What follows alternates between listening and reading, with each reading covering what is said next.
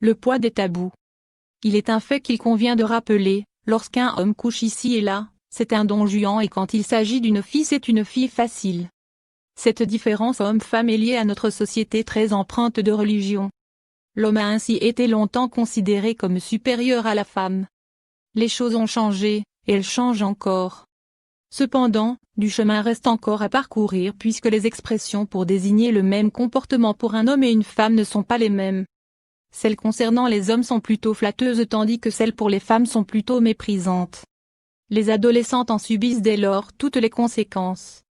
Elles sont souvent bien peur de ce que pourront dire les filles mais surtout les garçons de leur comportement. Heureusement, tous les adolescents ne sont pas misogynes et respectent les adolescentes. Un juste milieu est à trouver entre les hommes et les femmes, entre ce qu'on désire, au plus profond de nous, et la perception des autres. Se sentir libre. En matière de sexualité il n'y a pas de règles. Chacun agit comme il en a envie et selon ses valeurs. L'essentiel est de se respecter et de respecter l'autre.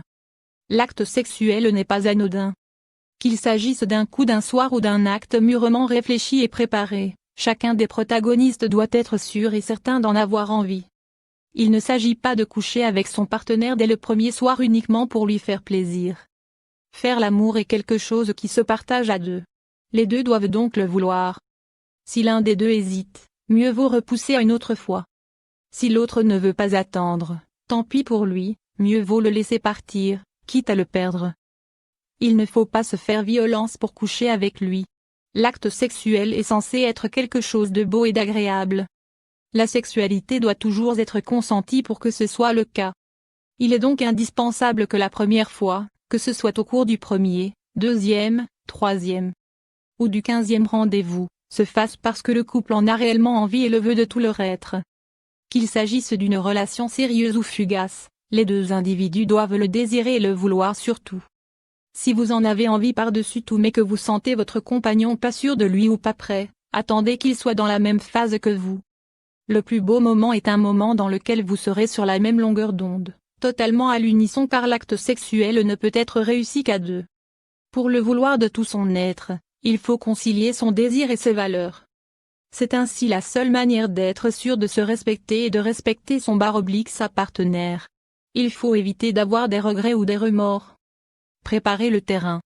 Le moment où vous êtes sûr de vouloir concrétiser votre désir, ou et amour, faites-le doucement comprendre à votre partenaire. Mettez votre corps en valeur pour vous sentir belle et désirable et ainsi être plus sûr de vous. Choisissez la plus sexy de vos nuisettes, mettez-vous du parfum. Si c'est dans la journée, glissez une main dans vos cheveux, regardez-le droit dans les yeux avec un regard plein de désir qui en dit long.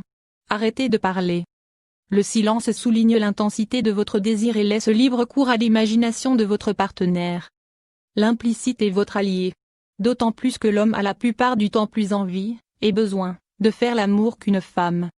La moindre suggestion de votre part sera perçue comme une invitation. Susurrez des mots doux, des mots coquins, tout en l'embrassant dans le cou. S'il n'est pas sûr de vos intentions, prenez-lui la main et emmenez-le vers le lit.